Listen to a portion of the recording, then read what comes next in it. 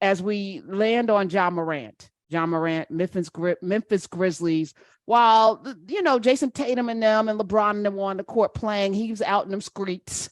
That's right. Doing what John Morant has been doing as a young person, hanging out and such. It's summertime. Right. He has now, he's away from the game. They lost to LeBron and them. So he's out there in the streets doing the thing, right? And so there was an Instagram that came over the weekend with him in the car with some rap music, with some horrible lyrics. Then I was cringing at every turn. I was like, why? And then there's a gun flash. Right. And I was like, just get suspended for flashing a gun. So one or two things I'm thinking. Either he's like, I'm free, I'm gonna do what I want, which you are, but you also are in a league whose dependence on your image is equally as important as your freedom to them, right? Absolutely. I just finished watching this Nike Air movie on Amazon Prime starring Viola Davis playing Michael Jordan's mom and Matt Damon and Ben, whatever his name is. And I was, I'm studying the anatomy of things because my burning question is how did Google, where did these things come? Because it came out of nothing, and then they become these multinational corporations that are unstoppable. But it started somewhere, So we're getting kind of the origin story. Michael Jordan, a singular force, but unto himself, there was his mom and his daddy, of course, Nike, the NBA, like all of these things conspired to make him probably the greatest player of all time. LeBron's still playing though. And I'm not even going to argue greatness. They're all great. Right. But as I'm listening, I'm watching all of this play out and I'm watching this movie, I'm thinking about John Morant, who just signed, Dr. Black, a 5-year, last July, 5-year, $193 million contract extension.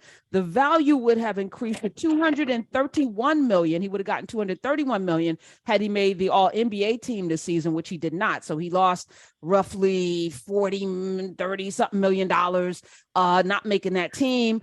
And I don't know if he didn't make the team because of his off court, because it's hard to vote when a person is also, yes, he's a singular force of talent. He's incredibly talented as a basketball player. I haven't seen a player like that in a while with his gifts, his personal gifts. But off the court, he's doing this stuff. And I'm like, do we police his behavior? Yes, we do. You're 23 years old.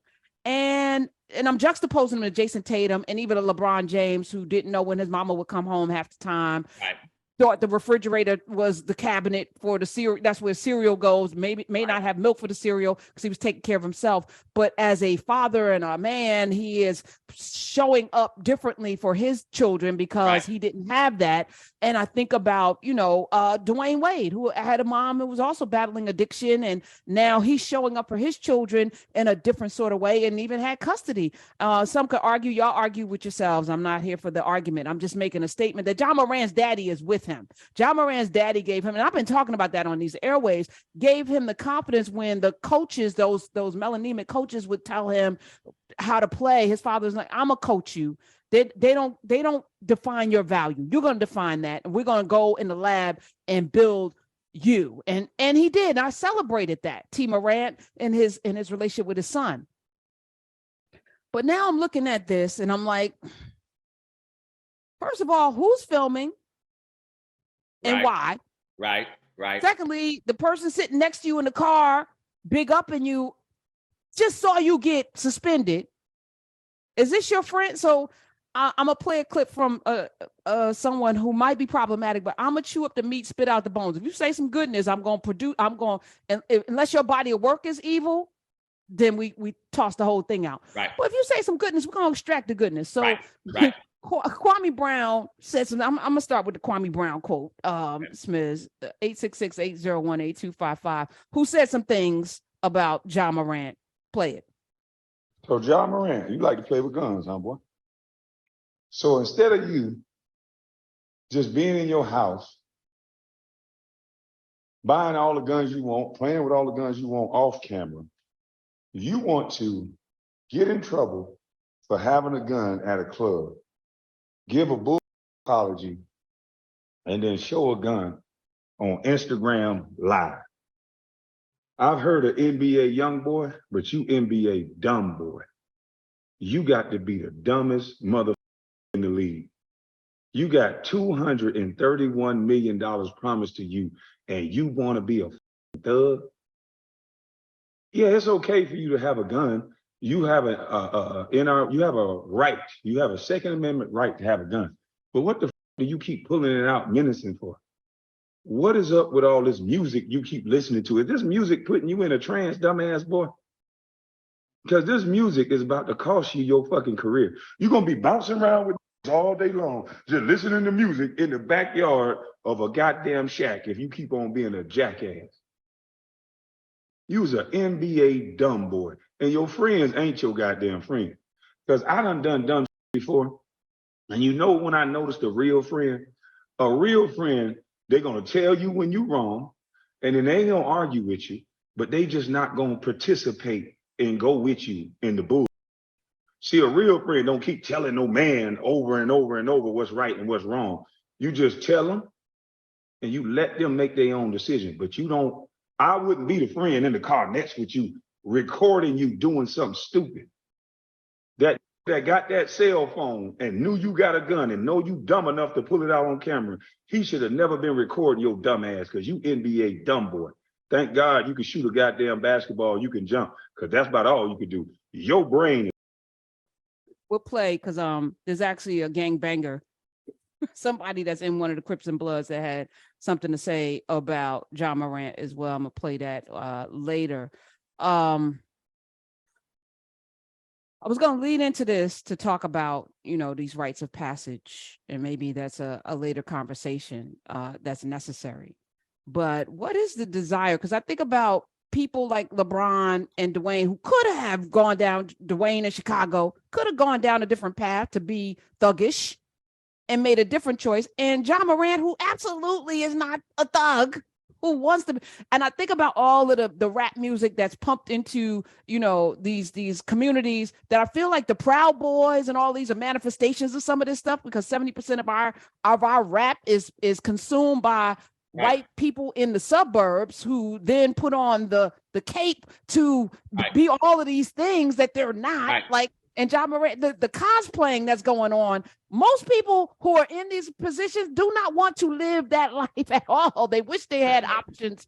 $231 million.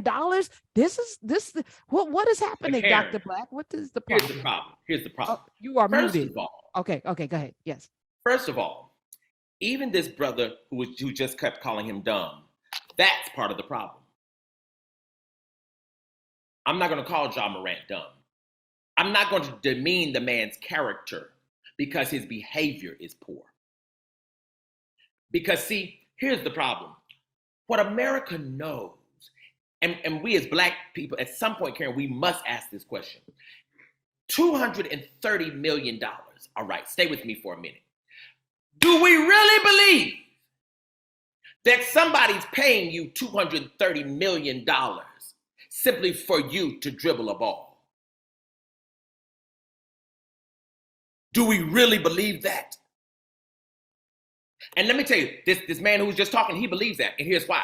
What you could tell in his comments is he's angry at Ja Morant for compromising the money, not his character.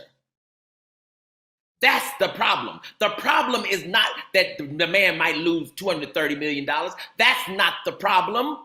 We think that's the problem. That's not the problem.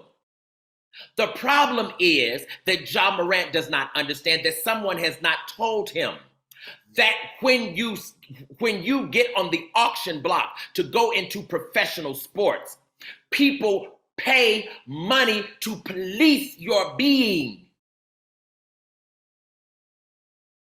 They pay money to do it. Somebody was supposed to teach him that. Nobody taught him that.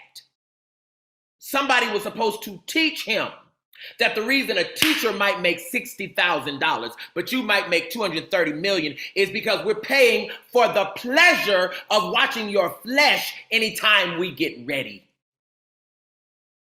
We're not paying teachers for that. Since teachers are not giving us anything fleshly, they're only giving us potentially something mentally. We'll give you something minimal because we cannot dream your desirability.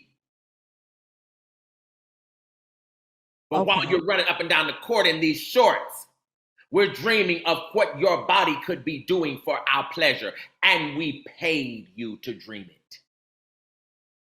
Ooh. And you owe us the dream because we paid. And you agreed. You signed your name. But here's what's deep, Karen. Because you really thought, you really believed that you were exceptional.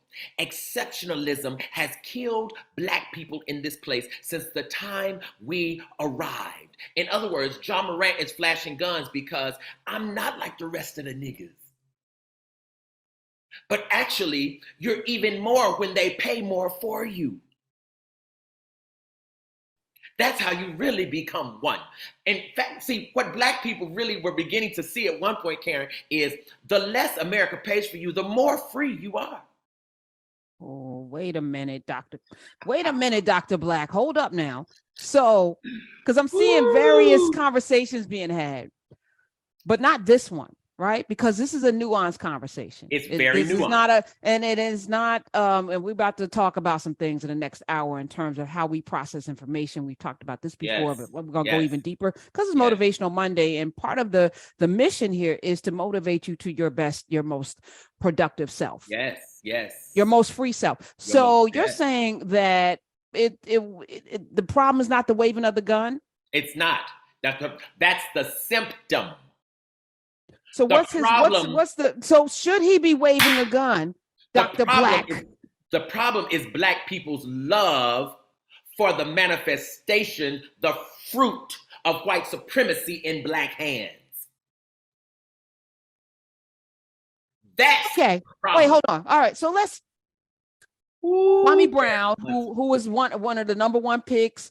People looked at him as a bust. He's got a huge, humongous, probably, definitely, warranted chip on his shoulder because they harangued and harassed this young man who came out at 18 to play and was the number one pick and was, really good and before he got into the NBA. And he's probably a decent NBA player if you looked at the numbers.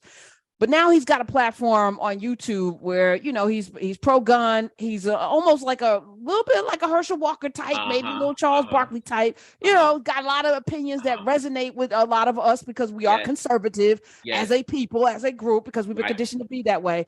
And when I saw it, I was like, you know what? I don't know why he's cosplaying because this is not who he is. So what I saw was somebody not being his full representation. You're saying something quite different, which is valid. And I want to sit with it for a minute because I'm not quite sure I agree with you in terms of, that they're paying for, the use of his body when they want that 231 million. Definitely, he is exceptional. There are not a lot of people that can do what John Morant can do on the court. But that's not true.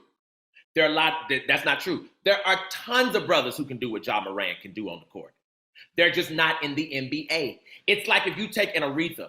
There are tons of sisters who can sing like Aretha. We just have not heard them.